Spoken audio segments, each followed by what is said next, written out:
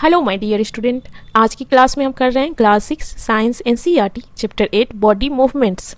ये इस चैप्टर का सेकेंड क्लास है। फर्स्ट क्लास में हमने जाना था कि हमारा बॉडी कैसे मूव करता है, कैसे सभी एनिमल्स जो है एक प्लेस से दूसरे प्लेस जाने के लिए बॉडी के किस किस पार्ट का यूज करते हैं। फिर हमने जाना था जॉइंट के बारे में। जॉइंट में हमने ball and socket joint and pivotal joint के बारे में जाना था। आज की क्लास में हम हिंज जॉइंट के बारे में जानेंगे। हिंज जॉइंट हमारे बॉडी के किस पार्ट में होता है वो हम जानेंगे। जैसे आप अपने घर में डोर देखे होंगे, डोर जो होता है ओपन और क्लोज होता है। तो आपने देखा होगा कि डोर के बीच में दो स्क्रू से लगाया जाता है।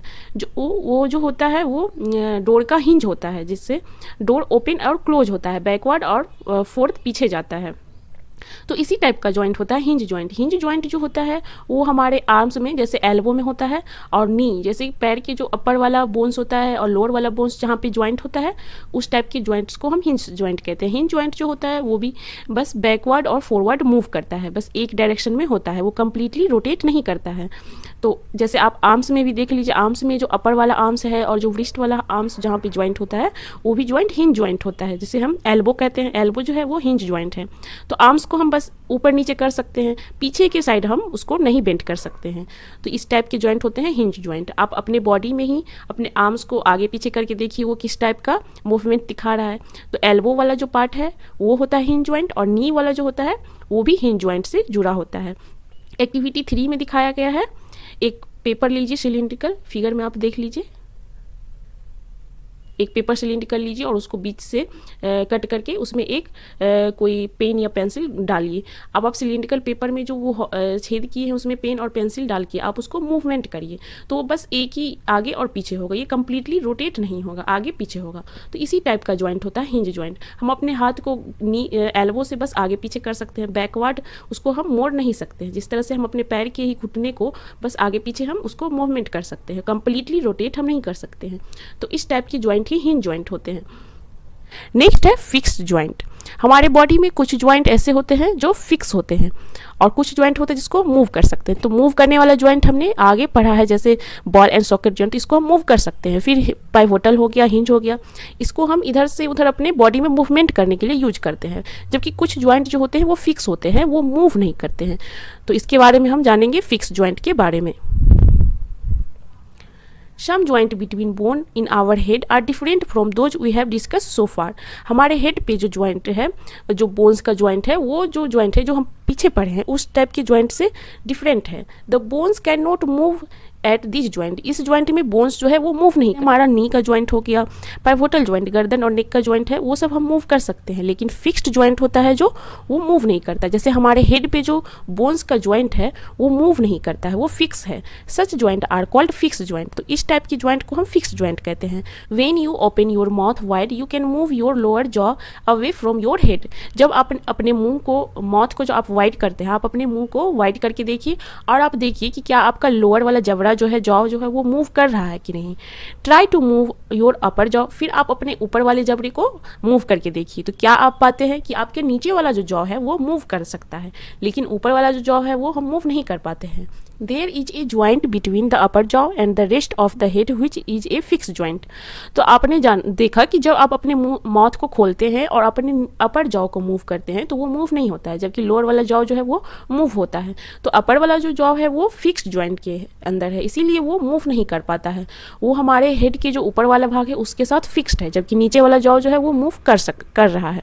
वो आप अपने मुंह में एक्टिविटी करके खुद से भी समझ सकते हैं कि कैसे नीचे वाला जॉ है वो मूव कर रहा है लेकिन ऊपर वाला जॉ मूव नहीं कर रहा है। तो इस टाइप के जो जॉइंट होते हैं उसे हम फिक्स्ड जॉइंट कहते हैं। We discuss only some of the joint that connect part of our body. तो हमने ऐसे कुछ जॉइंट के बारे में डिस्कस किया है जो हमारे बॉडी में होता है। What gives the different part of body their different shape. हमारे बॉडी के जो डिफरेंट पार्ट है उसका डिफरेंट शेप कैसे है, कैसे डिफरेंट शेप में आ जाता है। जैसे हमारे हेड का अलग शेप है, हाथ का अलग शेप है, तो हमारे बॉडी की जो डिफरेंट पार्ट है उसका डिफरेंट जो शेप है वो हमारे बॉडी के बोन्स जो है उसी के कारण होता है। If you want to make a doll, अगर आप एक डॉल बनाना चाहते हैं तो सबसे पहले आप क्या करिएगा, पहले आप डॉल का फ्रेमवर्क बनाइएगा, उसके बाद उसका आउटर स्ट्रक्चर डालिएगा। तो उसी तरह से जो है हमारा बॉडी है, हमारा बॉडी जो है एक बोन्स के एकदम ढांचे में बना हुआ है। हमारे बॉडी का जो ये शेप है, हमारे फेस का जो शेप है वो बोन्स के शेप के ही अनुसार है। वो बोन्स जो है वो फ्रेमवर्क है, हमारे बॉडी को शेप देता है। डिफरेंट टाइप के बोन्स से मिलके अलग अलग बॉडी का पार्ट बना होता है। तो हमारे जो बॉडी में हो टोटल कितने बोन्स होते हैं, तो 206 बोन्स होते हैं हमारे बॉडी में। और जो बच्चे जन्म लेते हैं उस टाइम उसका जो होता है बोन्स पूरे बॉडी में 305 बोन्स होते हैं, जबकि जब एज हो जाता है तो बोन्स डिक्रीज होके 206 हो जाता है। जब बच्चे जन्म लेते हैं बर्थ के समय उसके बॉडी में 305 बोन्स होता है, और जब एडल्टहुड आ जाता है तो उस टाइम बॉडी में 206 बोन्स होते हैं। ऐसा इसलिए होता है कि जब बच्चे का जन्म होता है तो 305 बोन्स बहुत छोटे छोटे अलग अलग बोन्स को मिला के होता है, और जब बच्चे बड़े हो जाते हैं तो बहुत सारे बोन्स ज्वाइंट होके कम हो जाता है और वो डिक्रीज हो जाता है और 206 बोन्स ही रह जाता है। तो हमारे बॉडी का जो फ्रेम है, जैसे हमारे बॉडी का जो ढांचा है वो हमारा बोन्स के कारण ही होता है, और उस बोन्स को हम स्केलेटन कहते हैं। This framework is called skeleton. How do we know that this is the shape of a human skeleton? How do we know that the shape of the different bone in our body? We can have some idea about the shape and number of bones in some part of body by feeling of them. तो हम कैसे जान पाएंगे कि हमारे body के में कितने बोन्स है, कितने कंकाल तंत्र है, स्केलेटन है। तो इसके लिए या तो हम अपने बॉडी को फील करके जान सकते हैं, तो फील करके भी हम कुछ कुछ जो बोन्स है उसको नहीं पता कर पाएंगे। तो आज के समय में जो डॉक्टर हमारे बोन्स जब एक्सीडेंट में फ्रैक्चर या टूट जाते हैं तो उसके लिए एक्सरे करते हैं, तो एक्सरे से पता चलता है कि बॉडी के किस पार्ट में किस टाइप का किस स्ट्रक्चर में बोन्स है। तो ये फिगर देख रहे हैं, ये हमारा ह्यूमन स्केलेटन है। इसी शेप और साइज से हमारा बॉडी का शेप बनता है और डिफिनिट साइज बनता है, शेप बनता है। तो ये एक ह्यूमन स्केलेटन है। तो एक्सरे के हेल्प से हम बॉडी के जो हड्डियां हैं, जो स्केलेटन है, उसका इमेज हम अच्छी तरह से जान पाएंगे। एक्सरे हम जब डॉक्टर के पास जाते हैं, जब हमारे बॉडी में कहीं चोट लग जाता है या कहीं एक्सीडेंट हो जाता है, तो डॉक्टर एक्सरे करता है, क्योंकि एक्सरे से ही हमारे बोन्स का सही इमेज पता चलता है, निकल के आता है कि कहाँ पे चोट लगा है, कहाँ पे बोन्स फ्रैक्चर हुआ है। तो ये सब हम एक्सरे के हेल्प से जान पाते हैं कि हमारे बॉडी के किस पार्ट में किस टाइप का बोन्स है। Feel the bones in your four arm, upper arm, lower leg, upper leg.